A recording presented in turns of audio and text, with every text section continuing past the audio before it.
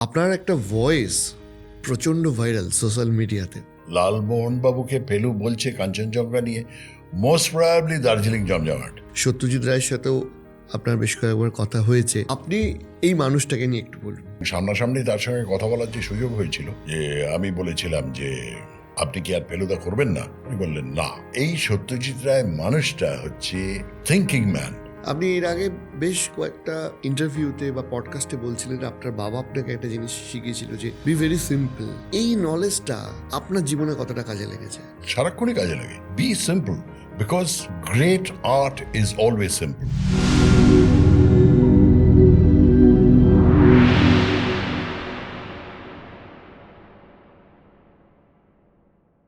সত্যজিৎ রায়ের সাথেও আপনার বেশ কয়েকবার কথা হয়েছে। বেশ কয়েকবার না, আরে বাবা, দুবার সামনাসামনি, হ্যাঁ, একবার ফোনে। রাইট। আপনি এই মানুষটাকে নিয়ে একটু বলুন। এই এই এই কিছুক্ষণের কনভারসেশনে আপনার কি ও বাবা, এই লোকটার ব্যাপারে সে একটা সাংঘাতিক লোক, আমি বলছি না। আবার আমার বাবার সঙ্গে মিল আছে অনেকটা। আর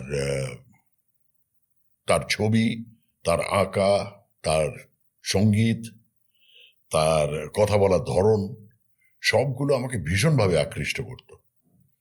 এবং সামনাসামনি তার সঙ্গে কথা বলার যে সুযোগ হয়েছিল, যে আমি বলেছিলাম যে আপনি কি আর ফেলুদা করবেন না, উনি বললেন না। কেন?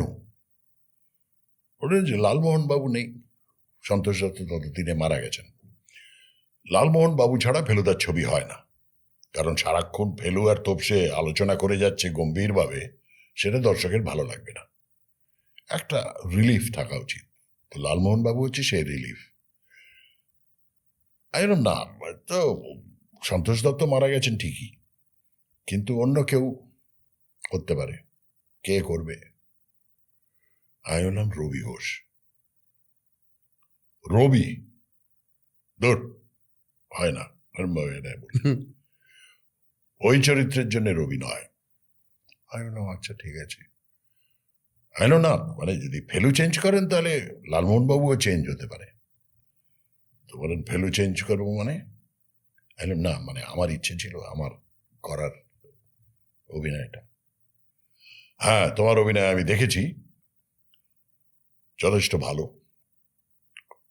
কিন্তু আমি এখন করছি না। তুমি আমার ছেলের সঙ্গে যোগাযোগ করো, ও যদি করে তুমি ওকে বলে দেখতে পারো।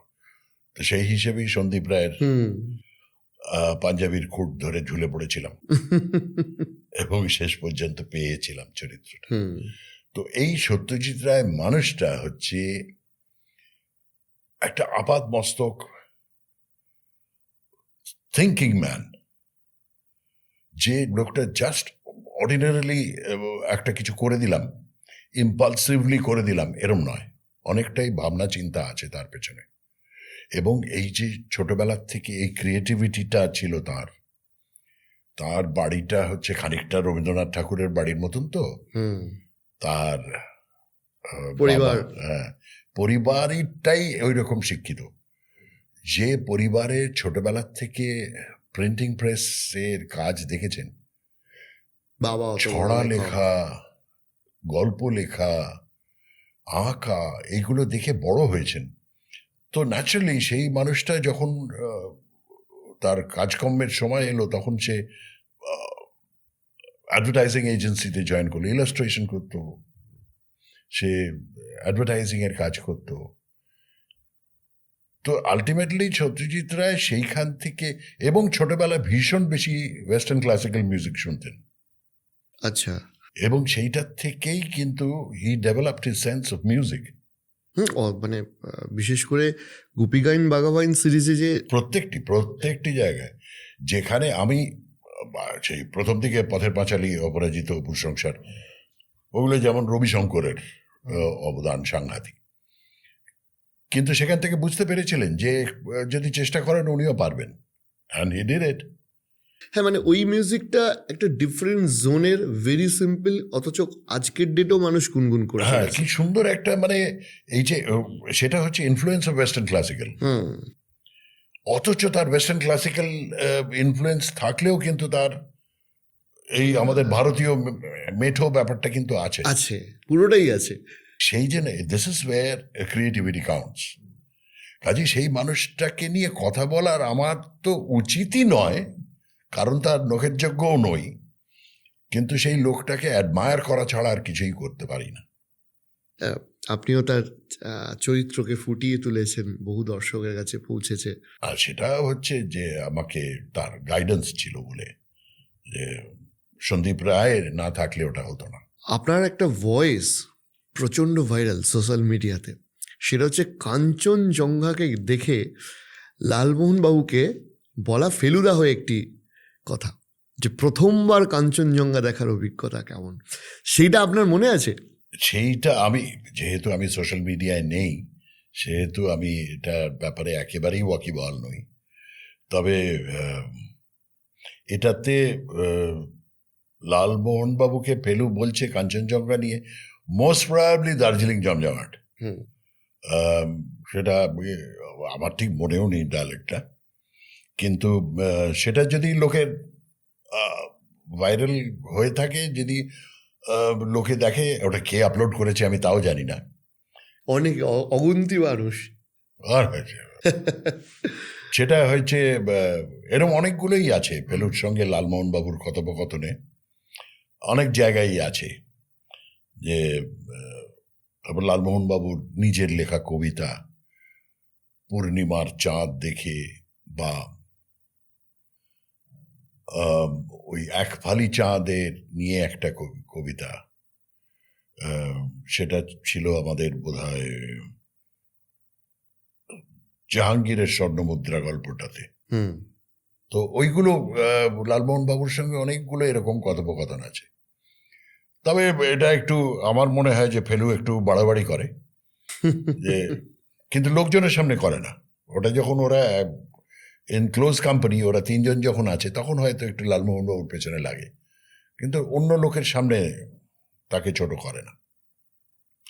তাই বলে যে না, একটু আপনাকে বলে দিলাম আর কি। তো সেইগুলো খুব সুন্দর, সোনার কেল্লা থেকেই শুরু হয়েছিল। প্রশ্ন চলতে পারে কি বলে, হ্যাঁ এগুলো কি বন্য উট, এরা কি, এদের খাদ্য কি, এরা কি কাঁটা বেছে খায়, এইগুলো খুবই মানে ভীষণ আকর্ষণীয় আর কি, আর এগুলো লোকের মনে থাকে। তো কাঞ্চনজঙ্ঘার ব্যাপারটাও তাই আর কি। তো ওটা দার্জিলিং জমজমাটে বোধহয় ছিল, আর সেটাতে জগন্নাথ বসু লালমোহনবাবু করেছিলেন। আচ্ছা, রেডিও মির্চিতে হয়েছিল এটা। হ্যাঁ, একটা বিশাল সংখ্যার ইয়ং জেনারেশন আপনার কাজ, আপনার ভয়েস এগুলোকে ফলো করে, ঠিক আছে। আপনি এর আগে বেশ কয়েকটা মানে ইন্টারভিউতে বা পডকাস্টে বলছিলেন আপনার বাবা আপনাকে একটা জিনিস শিখিয়েছিল, যে বি ভেরি সিম্পল। এই নলেজটা আপনার জীবনে কতটা কাজে লেগেছে? সারাক্ষণই কাজে লাগে। Be simple, because great art is always simple. Right. মানে কোনো আর্টিস্টিক জিনিস যদি খুব কমপ্লিকেটেড হয়, তাহলে দর্শকের কাছে পৌঁছয় না। দর্শকের কাছে পৌঁছলেও দর্শক সেটা বোঝার চেষ্টা করে, না বুঝতে পারলে তার ইন্টারেস্ট চলে যায়। যেমন একজন ফিল্মের বোদ্ধা, যিনি ফিল্ম থিওরি পড়েছেন, যিনি ফিল্ম খুব ভালোভাবে বুঝতে পারেন, ফিল্ম নিয়ে যথেষ্ট পড়াশুনো আছে, তার কাছে একটা কমপ্লিকেটেড ফিল্ম যত উপভোগ্য আমাদের কাছে নয়। কারণ সাধারণ দর্শক হিসেবে আমরা অতখানি বুঝতে পারি না। আমি দেখেছি, আমার ভালো লেগেছে কি ভালো লাগেনি। লালমোহন বাবুর ওই আরে তঙ্গ মত করো, বহুত হো গিয়া, কাফি হো গিয়া, জ্যাদা হো গিয়া, যা, ওই যে ব্যাপারটা, এটা কিন্তু সাংঘাতিক একটা আর্টিস্টিক কোনো ব্যাপার নয়, কিন্তু ইট টাচেস ইউর হার্ট, বিকজ একটা সাধারণ মধ্যবিত্ত বাঙালি, অ্যাভারেজ বাঙালি যখন চেষ্টা করে হিন্দি বলতে, তখন তারা ওইরকম ভাবেই বলে। আমি তো দেখেছি। রাইট। কাজেই সেটা, এবং সেখানে উনি দেখালেন যে দূর মশাই, হিন্দিকে কেউ সাধে বলে? এই দেখুন, হিন্দি সেলফ টট করে ট্যাপ করে দেখান। রপ্ত করার চেষ্টা করছি, যেহেতু উনি উত্তর ভারতে যাচ্ছেন। তো এই যে ক্যারেক্টারাইজেশনের দি সিম্পলনেস অফ অ্যান অর্ডিনারি ম্যান, এই কিন্তু এটা এখন ভীষণ ফেমাস হয়ে গেছে, আর প্রত্যেকেই বলে। একদম তারা বলে যে তারা লালমোহন বাবুকে কপি করে। সে হঠাৎ ভেরি গাড়িতে- ইন্টারেস্টিং ক্যারেক্টার। হ্যাঁ, হঠাৎ আমার দিকে তাকিয়ে এরম করে বলল, হাইলি সাসপিশিয়াস। ওই লালমোহন বাবুর ইনফ্লুয়েন্স। এইগুলো যে সত্যজিৎ রায় দেখিয়েছিলেন, very simple and yet so very intrusive, মানে মানুষের ভেতরের ইনস্টিংক্টগুলো, তার চিন্তাধারা, তার হাব ভাব সব কিছু বুঝিয়ে দিলেন ওইটুকুর মধ্যেই। এবং একটা এরকম মধ্যবিত্ত পরিবারের লোকজনকে আমি দেখেছি যারা ঠিক ওই ধরনেরই ব্যবহার করেন, হুম এবং they are very clean at heart. এবং এই লোকটাকে ভালো না বেসে পারবেন না, হুম তাই তাকে নিয়ে আপনি হয়তো হাসবেন, কিন্তু at the end of the day আপনার মনে হবে যে ওই লোকটা আমার সঙ্গে থাকলে কি ভালো হতো।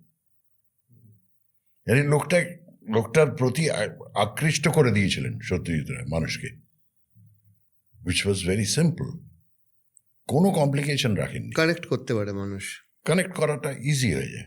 সেই জন্য বলছি great art is always simple. এটা অনেক বড় বড় আর্টিস্টরা বলেছেন। এটা আপনাকে একজন ভালো অ্যাক্টর হতে কতটা সাহায্য করেছে আপনার কি মনে হয়? আমি তো ভালো একটা নই, আমি তো এখনো চেষ্টা করে যাচ্ছি। আমি তো ভালো অ্যাক্টর পর্যায়ে পৌঁছাতে পারিনি। আপনি বলছেন, আপনি- আমরা সেটা মনে করি না। ভালো অ্যাক্টর দেখেছেন? ভালো actor, have you seen Nawazuddin Siddiqui? Have you seen Irrfan Khan? Have you seen Tulsi Chakraborty? Have you seen Bikash Roy? এরা এরা একটা একটা অন্য পর্যায়ে একদম। আমি তাদের ধারে কাছে পৌঁছই না।